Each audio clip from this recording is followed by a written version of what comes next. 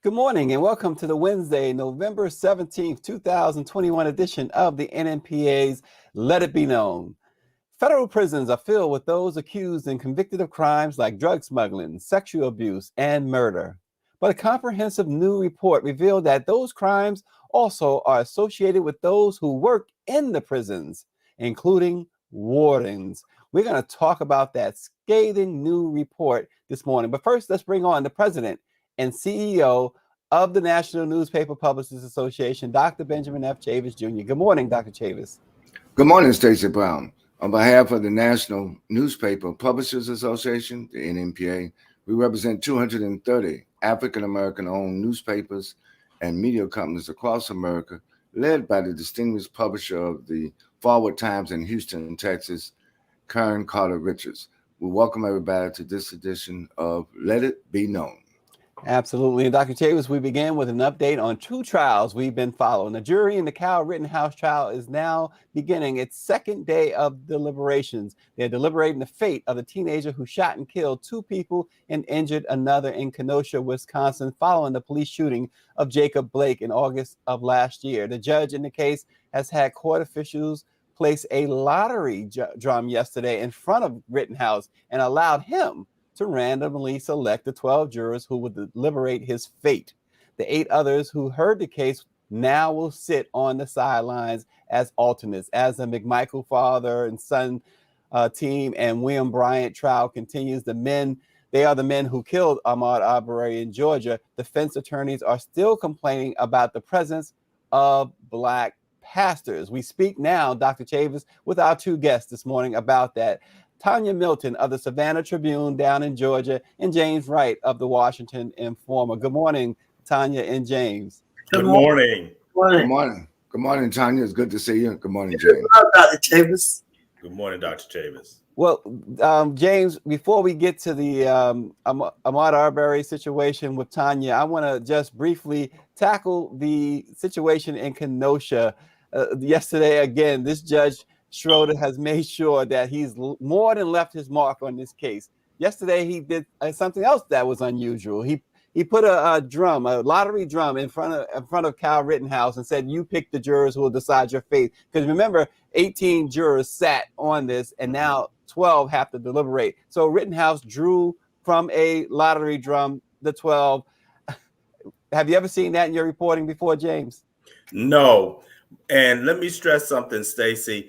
In Wisconsin, the judge has the discretion to do that. And I know that sounds outrageous, but it is legal to do that in Wisconsin. But as Dr. Chavis would say in another situation, apartheid was illegal at one time in South Africa. So, this trial has become a real circus. This judge, by the way, who was selected by a Democrat in 1983, to become a judge, and he's been reelected ever since, has just really pushed the bounds of legal. I would say legal. He has just really pushed the bounds. I'll just put it like that. Yeah, he certainly has pushed the boundaries, James. And we've seen the drum drawing yesterday, which startled so many. And you're right, it is legal. But here's the thing: has it been done before? Yes, but never has the defendant himself selected the jurors. So that was really odd. But there's been so many other oddities, so many other weirdness. And I know, as you quoted Dr. here, let's get a quote from Dr. Chavis on that. Well, I think the judge is part of the problem. Systemic racism is just not at the police level. It's at the prosecutorial level, it's at the judicial level, it's at the appellate level, it's at the Supreme Court of the United States. I think, and Thurgood Marshall used to say that all the time, that we have a deep systemic racial problem in America's judicial system.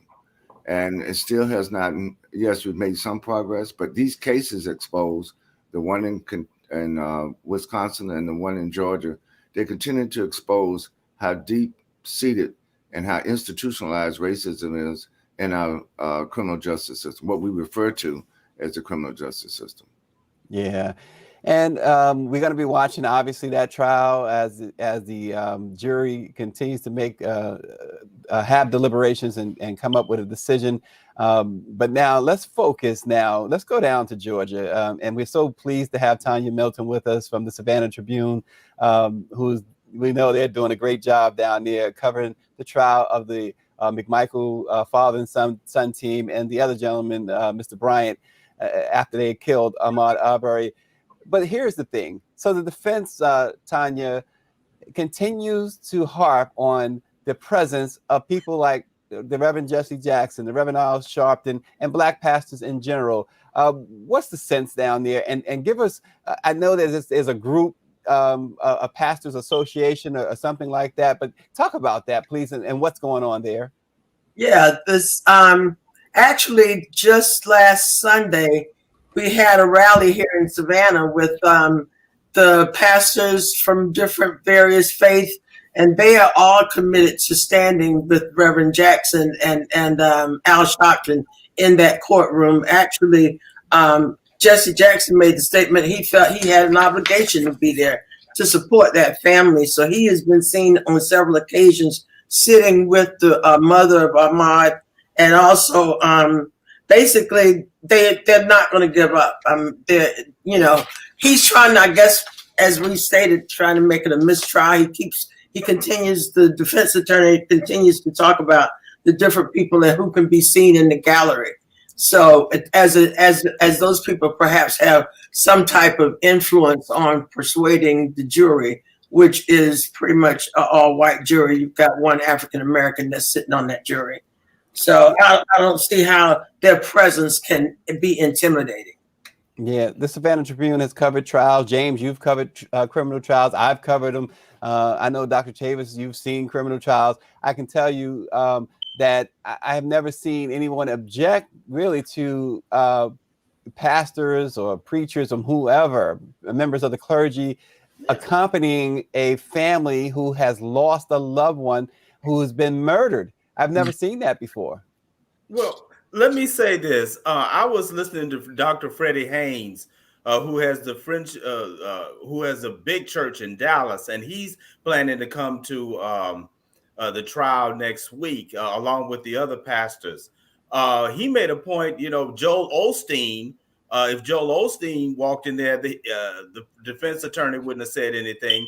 If Robert Jeffries walked in there, he wouldn't have said anything like that. So this is obviously a case of racism in terms of the defense attorneys bringing this up.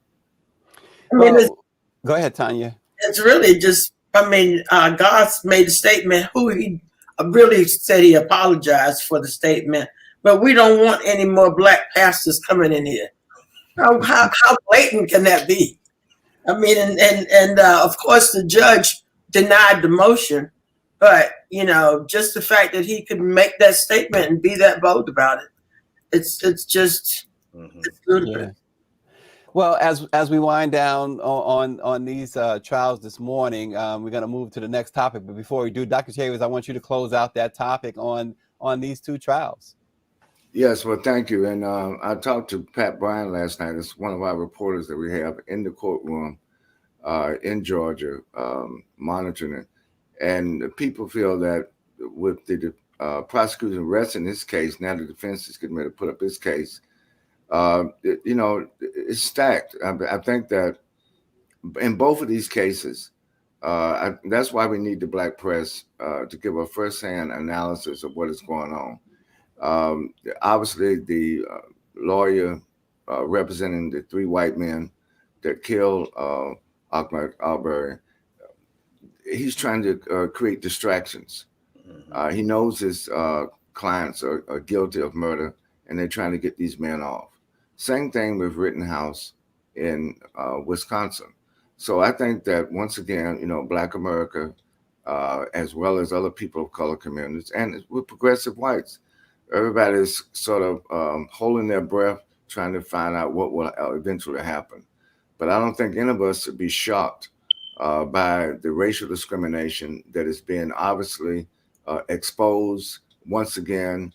And really, it's going to set a real challenge, I think, for the Biden-Harris administrations United States Department of Justice. I think the Attorney General is going to have to, Civil Rights Division of the Justice Department is eventually going to have to intervene in both of these cases. Yeah. And moving on to the next topic for our panel this morning, federal prisons are filled with those accused and convicted of crimes like drug smuggling. But a comprehensive new report has revealed that those crimes also have been committed by those who work in the prisons. Wardens. A new report that looked at over 100 federal prison workers, or found that over 100 federal prison workers have been arrested, convicted, or sentenced for crimes since the start of 2019, including a warden indicted for sexual abuse, an associate warden charged with murder, and guards taking cash to smuggle drugs and weapons, and supervisors stealing property such as tires and tractors. According to the report, the Federal Bureau of Prisons has turned a blind eye to misconduct. They actually have people working in the prisons, guards who are criminals. The report notes that of the 41 arrests this year, 28 were of Bureau of Prisons employees or contractors. The FBI had 5 arrests. The Drug Enforcement Administration and the Bureau of Alcohol, Tobacco, Firearms, and Explosive, ATF, each had 2. The Justice Department did not speak to the Black press yesterday when we asked for comment on this report.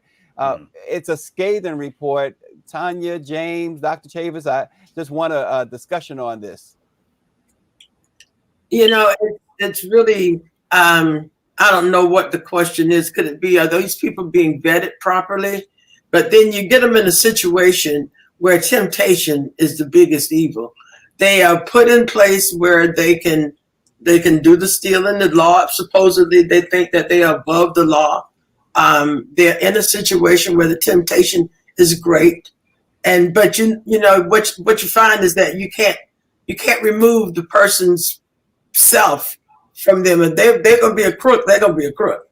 And it comes down to them taking themselves in and putting themselves in positions so that they can do these crimes.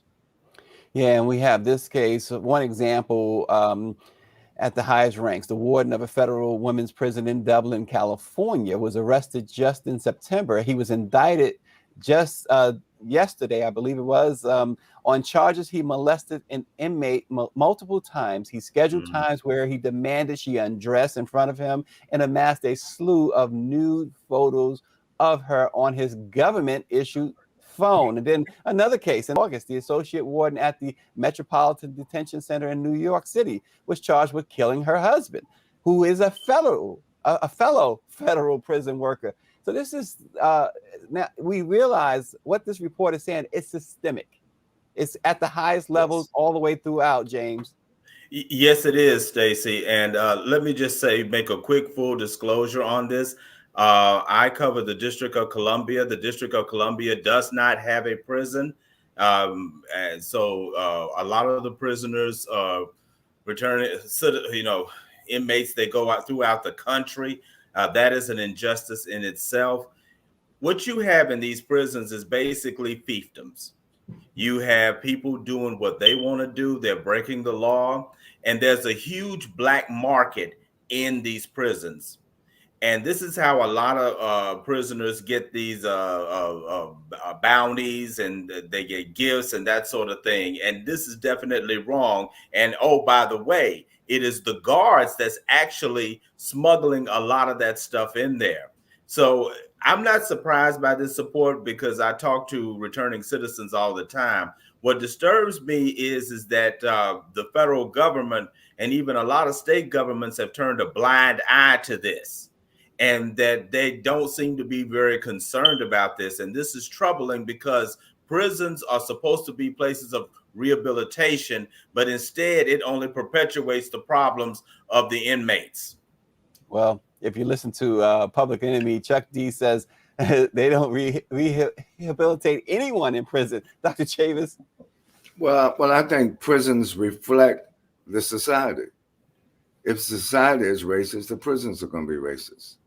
If the society is exploitative for those who are held captive, then certainly the institutions that have been given. These people are paid. Keep in mind, these are not volunteer workers. These are salaried people committing crimes against humanity. And I think that this report reveals once again the systemic nature of racism in America. I think it was Karl Marx who once said, absolute power corrupts absolutely. And when you have a warden and when you have these prison authorities who think they have absolute power over the incarcerated, then you're going to definitely get these kind of abuses. And you're going to get the abuses also that shows the racism. So, there are two problems here. One is the absolute corruption, the way the system is organized. But then you add racism into that, then African-American inmates and other Latinos and other people of color are disproportionately harmed and brutalized and dehumanized by this system that this report once again reveals. Yeah, and Tanya Milton, 1/5 of the cases tracked in this report involved crimes of a sexual nature, and second was cases involving smuggled contraband. And it's important to note when you talk about the crimes of a sexual nature, all sexual activity between a prison worker and an inmate is illegal. That's right. That's right. All. And you have, I don't know, and I don't know that it makes a difference now that we have the LQ, that whole society. Mm-hmm. Now, it used to be where you had females that took care of the female inmates. Now you have it where they are basically taken care of by whoever is there. You got the men taking care of the women when that shouldn't be. It used to be where you'd have the matrons in the prisons that would take care of the females. Mm-hmm. That just subjects them all to, of course, I mean, not to say that men are not raped as well, but they are. And it should be a different setting. It shouldn't be where they would have this access to males and females as they do. Yeah. Well, Stacy, go ahead, James. This is a family show. But you realize, and we don't like to talk about this, but among men, there are certain rape type of activities that takes place in these prisons. And again, nothing is being done about this, even though this happens quite rampantly, as Tanya Milton made a point of saying. Yeah, it mentions too, in the most egregious cases, inmates say they were coerced through fear, intimidation, and threats of violence. And here's an example. A correctional officer and drug treatment specialist at a Lexington, Kentucky prison medical center was charged in July with threatening to kill inmates or their families if they didn't go along with sexual abuse. So you have that. The inmates really, in this situation, are extremely powerless, right, James, Tanya? I would say so. I mean, but then you have that element of people who are in there and they make the deals. They make the deals so that they can get special privileges. So, you got a mixed element that's there. You got those who take advantage of the law, those who take advantage of the people who are in prison who are vulnerable. But then again, you do have those that make deals for special privileges. And Stacy, there is, and again, this is a family show. There is a culture of what one returning citizen told me once of initiation, that when you come to this prison, and I'm speaking about the men, but I'm sure this is the case with the women, I guess, you have to be initiated. Now, I don't want to expand on what that means because this is a family show, but again, that is illegal and it's not right. Yeah, well, obviously. And the report brings out that theft, fraud, and lying on paperwork by prison officials after an inmate dies has also been issues. So you have the grieving families at home never really knowing what happened. They classify certain things as suicides. It turns out they're not. And it brings into question a lot of things. We had the high profile case of Jeffrey Epstein last year, where there's questions as to whether he really killed himself. So we find that these prison officials are lying on their paperwork. They're even stealing things that don't belong to them, obviously, and they're accused of fraud. This is, again, a systemic problem. And again, I just want you guys to give us some insight on what can be done. Now we talked about the problem. What's the solution here? Well, Stacy, let me just say this real quick. Keep in mind, a lot of these federal prisons are in small towns. They're in rural areas. And as a result, this is the main employment area, maybe for that county or even that immediate small metropolitan area. So they need that prison in terms of economic development, even though that sounds kind of twisted. But really, they need that prison because it provides jobs, it provides contracting opportunities. So when you're in a position like that, and you make decisions like that, you have the power to do whatever you want to do. And that is just that's really the problem. Yeah, and Bobby Henry, our publisher down in Florida at the West Side Gazette, he writes in, and Dr. Chavis, you can respond to this. The Secretary of Prisons and the warden set the tone of how institutions of corrections are operated. That's correct. And Stacy, before we end this segment, give out where people can get a copy of the report, where they can read the report. I think this report is one of the solutions is we got to get more exposure to the report. I think this kind of institutionalized racism, institutionalized inhumanity needs to be further exposed, not only to our readers of our newspapers, to those who visit our social media channels. This is very important. I think one thing is that we need more brothers and sisters, more people of color running these institutions who have their mindset right. I've known some wardens where there's a degree of respect. I know the county sheriff in Mecklenburg County in Charlotte, North Carolina. When the warden comes into the prison, when the sheriff comes into the prison, who runs the county jail, the inmates applaud him. Why? Because he treats them like they're human beings. He looks after them, make sure that they have health care, make sure that they have decent food, and he makes sure that none of the officers are abusing the people who are incarcerated.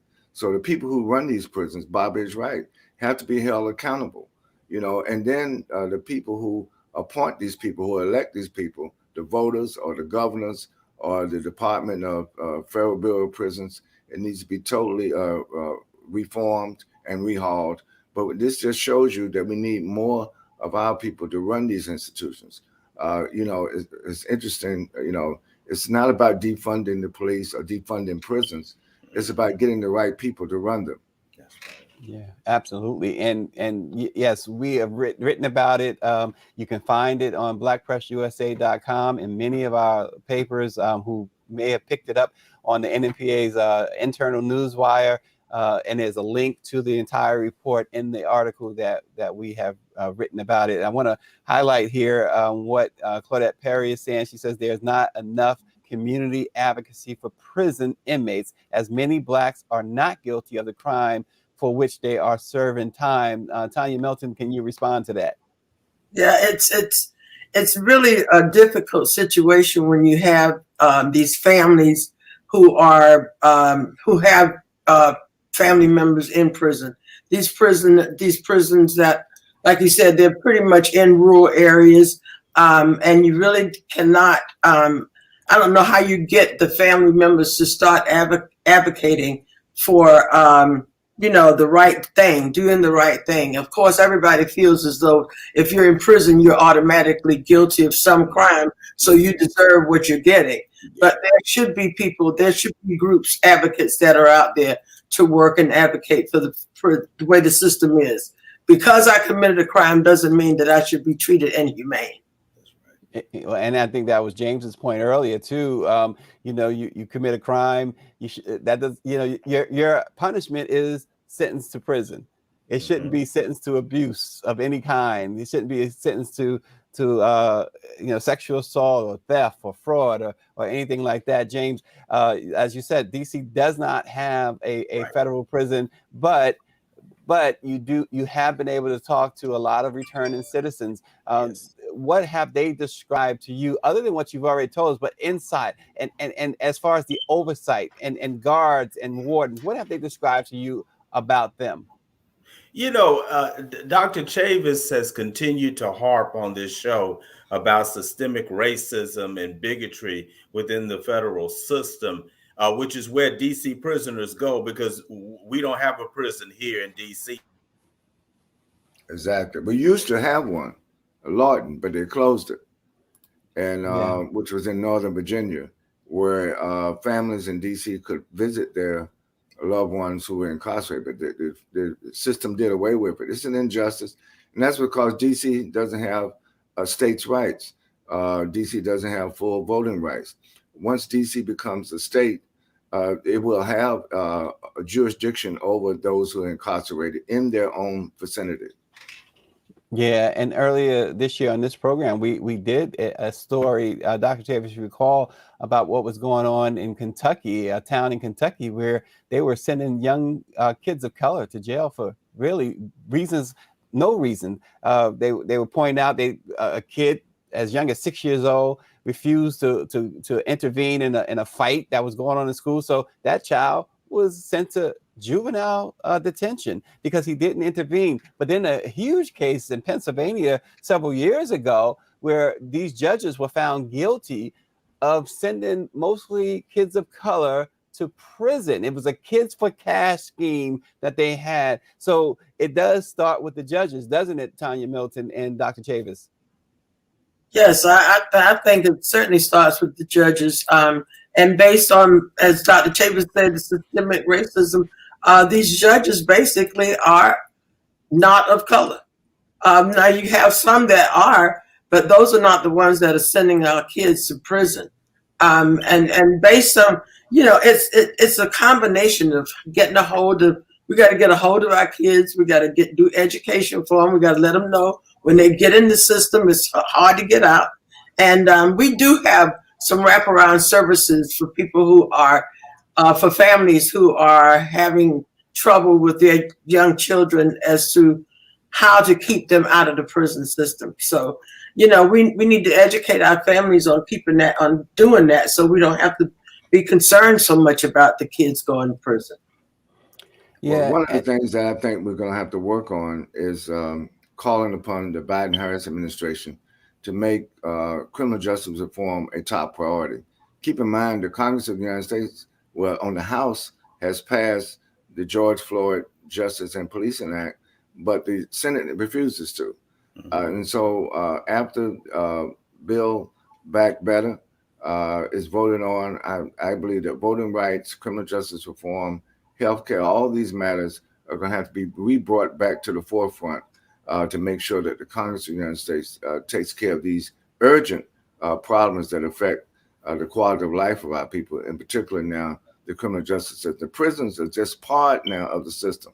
You can't reform the prisons without reforming the police, and you can't reform the prisons or the police without reforming the judges, and you can't reform the judges without reforming overall how judges are selected in the first place.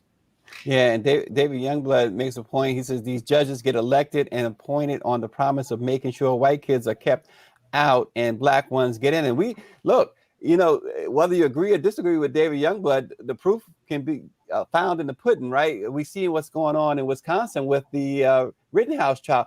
You have to see where this judge is doing everything, with the exception of just declaring this thing a mistrial with prejudice. He's doing everything he can to signal to that jury, do not come back with a guilty verdict on this kid. I mean, we see that, right, James? Yeah, we do. And this judge really, if the officials in Wisconsin are smart, they really need to review his conduct, particularly on this case. Judges are not supposed to be partial, which is what he has been partial. Now, I understand the thinking. The thinking that folks like him are saying is that, well, I want to make sure that the defendant gets a fair trial, but that's your job. But you're overdoing it, and you're really overdoing it with crazy comments and the way you're addressing the prosecution and being overly nice to the defense and not being balanced, this judge needs to be reviewed. Well, I think you're right. The judge's job is to ensure a fair trial, but a judge's job is not to not to overstep. I mean, he has a certain role, right? And that's about it. But this is something that we're going to be talking about. Again, you can read about it. We did file a story that you can find on blackpressusa.com, and it will link to the report. Many of our publications, perhaps even the Savannah Tribune, will also run that article. Dr. Chavis, your closing thoughts on all of this today? Well, I want to thank James and Tanya for joining the Black Press of America this morning. Thank you, Stacy. We will continue. I just want to make this point. No matter what the verdict is in Georgia, and no matter what the verdict is in Wisconsin, we have to keep pressing forward. We have to keep demanding freedom, justice, and equality. We have to continue to register our people to vote, get out. 2022 is coming. We cannot let these white supremacists retake the Congress, retake the Senate, and eventually they're going to try to retake the White House. That's what's at stake. We can do something about it. So we just can't be witnesses to the transformation of history. We have to be contributors to help shape the future by our activism, by our work, by our struggle, by our sacrifice. God bless. Let's keep moving forward. A luta continua. And again, that's for our viewers to know, we're going to be at the Diplomatic Beach Resort in Hollywood, Florida, beginning January 19th. And yeah, we're going to broadcast from there too. It's going to be fun. It's the NMPA's Midwinter Conference. Tanya Milton said she thinks she's going to be there. We want her there at the Midwinter Conference. We want all our publishers, editors, and many journalists. We want James to come too. We want James there as well. Exactly. And the theme is the publishing industry, advancing the Black press of America, reaffirming, engaging, and empowering. We'll bring you more details in the days to come. But again, January 19th to the 22nd, a very, very special midwinter conference. You don't want to miss it. It's going to be very informative, and it's going to be fun too in Hollywood, Florida. We're looking forward to that. And we end today with another Black fact. Self-made millionaire Madam C.J. Walker was born on a cotton plantation in Louisiana and became wealthy after inventing a line of African-American hair care products. She established Madam C.J. Walker Laboratories and was also known for her great philanthropy. Today, our Black fact is Madam C.J. Walker. Thanks for joining us. We will see you tomorrow.